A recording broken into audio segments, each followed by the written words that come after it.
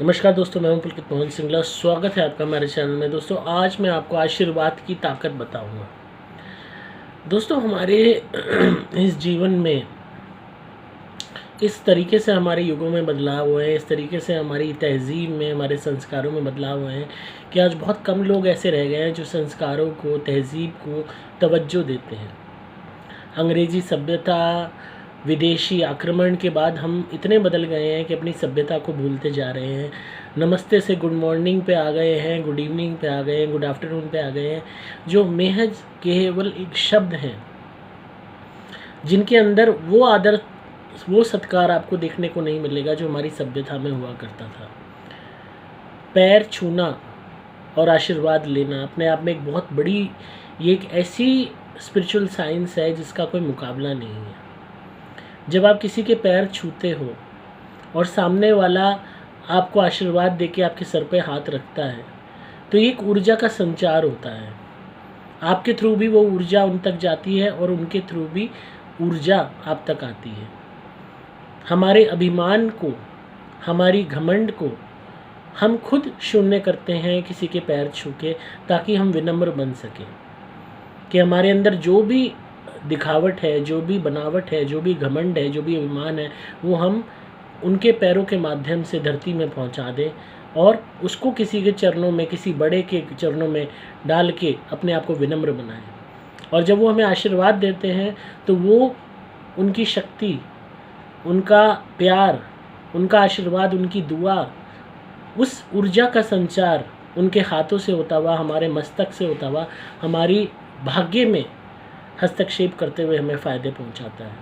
हालांकि आज की ज़िंदगी में लोग इस बात को मानते नहीं हैं, क्योंकि लोगों के अंदर संस्कार ख़त्म होते जा रहे हैं।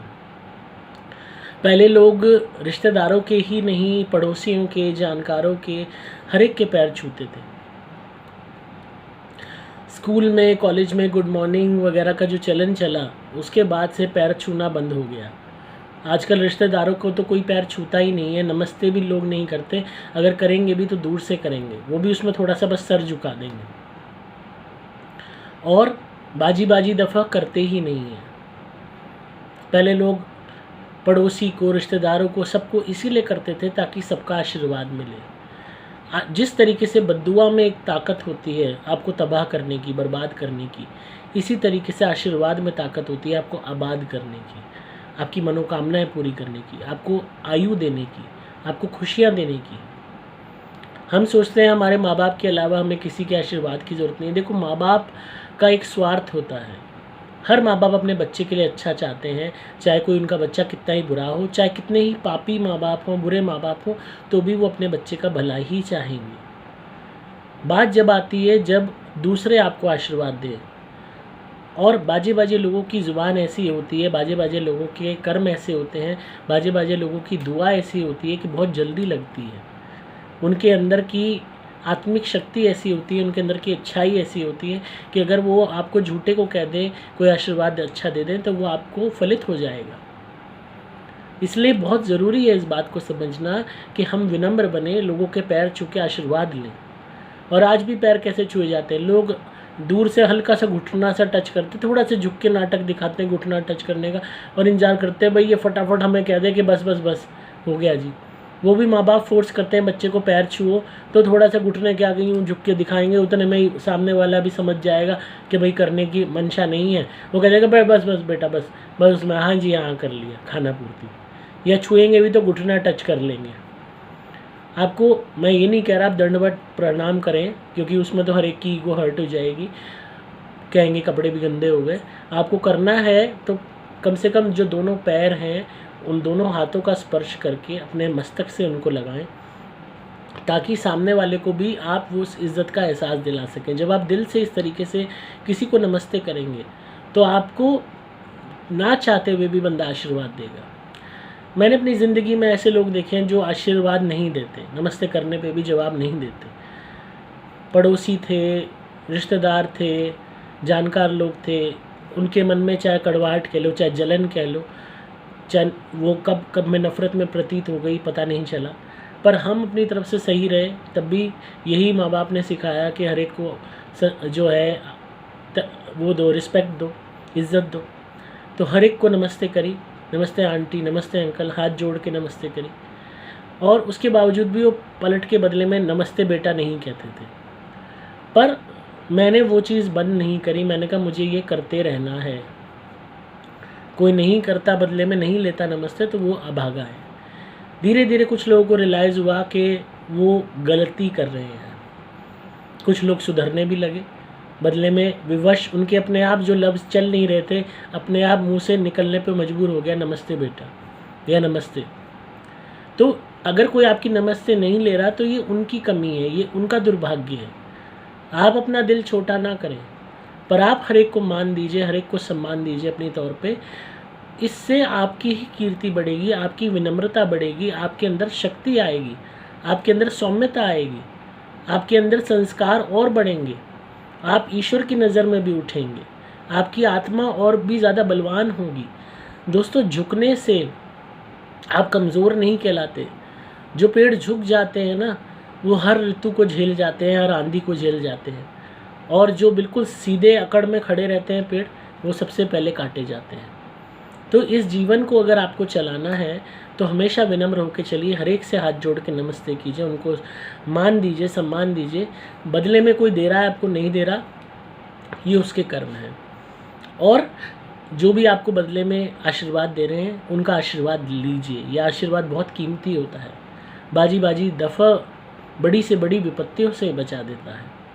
तो जितना ज़्यादा आशीष और आशीर्वाद इस जीवन में लेते रहेंगे, ब्लेसिंग्स लेते रहेंगे, उतना ज़्यादा ज़िंदगी बेहतर होती जाएगी। देखो, बद्दुआ, हाय लगाने वाले, नज़र लगाने वाले तो बहुत हैं, भरे पड़े हैं आपके पास, आप गिनती नहीं कर सकते। पर आशीर्वाद देने वाले, दुआ देने वाले बहुत कम होते हैं। इसीलिए उनका स्तर बढ़ाइए, ताकि आप जीवन को बेहतर ढंग से जी सकें, अलाए बलाओं से बच सकें, हर तरीके की परेशानी पे विजय पा सकें। और ये तब भी है जब आपकी मेहनत के साथ साथ आशीर्वाद जुड़ा हुआ हो। खाली माँ बाप या भाई बहन का आशीर्वाद काफ़ी नहीं है। जब आप सबके अपने से बड़ों को मान देने लगोगे, सम्मान देने लगोगे, आप देखोगे आपकी इज्जत कितनी बढ़ती है समाज में। ये इज्जत ऐसी चीज़ है, अगर आप दूसरों को देने शुरू हो जाओ, आधे से ज़्यादा काम तो वैसे ही हो जाएंगे। आप किसी से तू तड़ाक करके बात करो, बात ही सीधा तू तड़ाक करके करो, गाली गलौज करके करो, कोई बंदा आपका काम करता हुआ ना तो भी नहीं करेगा, कोई आपकी बात सुनेगा भी नहीं। आप सही हो तो भी नहीं सुनेगा।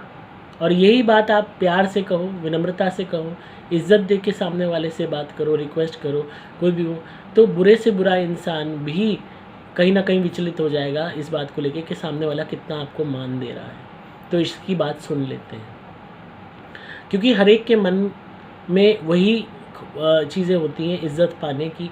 हर एक का मन कमज़ोर इतना होता है कि वो अपमानजनक शब्दों को बर्दाश्त नहीं कर पाता। इसीलिए इज़्ज़त दो, इज़्ज़त कमाओ, इज़्ज़त दोगे तो इज़्ज़त मिलेगी, मान दोगे तो सम्मान मिलेगा, पैर छूओगे तो आशीर्वाद मिलेगा, बुरा करोगे तो बद्दुआ मिलेगी। इसीलिए जितना हो सकता है अपनी तरफ से आशीर्वाद, ये ऐसा खजाना है, इसको लेते जाओ, लेते जाओ, लेते जाओ। जितना लोगे उतना ज़्यादा आपको इसके अच्छे परिणाम देखने को मिलेंगे। और ये दिल से करना, दिखावे से मत करना कि भाई हाँ चलो दुनिया को दिखाना है, हाँ चलो सामने वाले पे इम्प्रेशन। दिल से सामने वाले की रिस्पेक्ट करो। अगर आपको जीवन में कमाल ना दिखें तो आप कह देना। मैंने खुद अपनी ज़िंदगी में ये चीज़ आजमाई है और अपने तौर पे हर एक को इज़्ज़त देने का प्रयास किया। अगर कोई बिल्कुल ही बात नहीं करना चाहता या बिल्कुल ही इग्नोर कर देना चाहता है तो वो उसकी बदकिस्मती है, आपकी नहीं है। आप अपनी तरफ से हमेशा अच्छा बर्ताव करो, हमेशा अच्छे से बात करो, हमेशा अच्छे से पेश आओ, हमेशा इज़्ज़त से बात करो, हमेशा जो है अच्छे शब्दों का प्रयोग करो। कभी भी अपमानजनक शब्दों का किसी के लिए प्रयोग मत करो, ना मुंह पे ना पीठ पीछे। आप इतने महान बन जाओगे कि आपकी मिसालें दी जाएंगी। ईश्वर तक कहेंगे कि वाकई में ये आत्मा कितनी पवित्र है, कितनी ऊंची है। देखो, गड्ढे में तो दुनिया गिर रही है, गाली गलौज झगड़े के लिए तो दुनिया है तैयार बैठी है। अगर वो सब गड्ढे में गिर रहे हैं तो उनको कॉपी मत करो, अपनी ज़िंदगी को अलग करो। जो भीड़ से अलग होकर चलता है ना, वही ईश्वर को प्राप्त करता है, वही अलग कहलाता है, वही ऊंचा कहलाता है, वही कामयाब कहलाता है। भेड़ चाल में तो दुनिया जल रही है, उन्हें नहीं पता वो कहाँ जा रहे हैं, क्या उनका हशर होगा। आपको हटके होना है तो हटके कर्म करने हैं, जिससे आपका भी एक मानव होने का जो सपना है, जो एक पर्पस है वो पूरा हो, और ईश्वर को भी लगे कि भाई हाँ ये आत्मा इस लायक है कि ये मेरे धाम आ सके, हाँ ये आत्मा इस लायक है कि ये मुझे प्राप्त कर सके। तो आई होप आपको आज की वीडियो पसंद आई होगी और आप अपने जीवन में इसको अपनाने का प्रयास करेंगे। तो इसी तरह सुनते रहिए, प्यार देते रहिए, ताकि आपको आध्यात्मिक और पारलौकिक दुनिया का ज्ञान मिलता रहे। अगर आप किसी भी भूत प्रेत ब्यादत से परेशान हैं, कोई भी नेगेटिविटी है, तो आप मेरी धुनी मंगाइए, सुपर प्लैटिनम या सुपर स्पेशल एक्स्ट्रा घर में जलाइए, आपको कमाल के रिजल्ट्स मिलेंगे। आप मेरे द्वारा भी मंत्रित कवच या लॉकेट भी धारण कर सकते हैं अपनी रक्षा के लिए। आपको सिंपली मोबाइल नंबर 8130331007 पे व्हाट्सएप मैसेज या कॉल करना होगा। मैं हूँ आपका दोस्त पुलकित पवन सिंगला।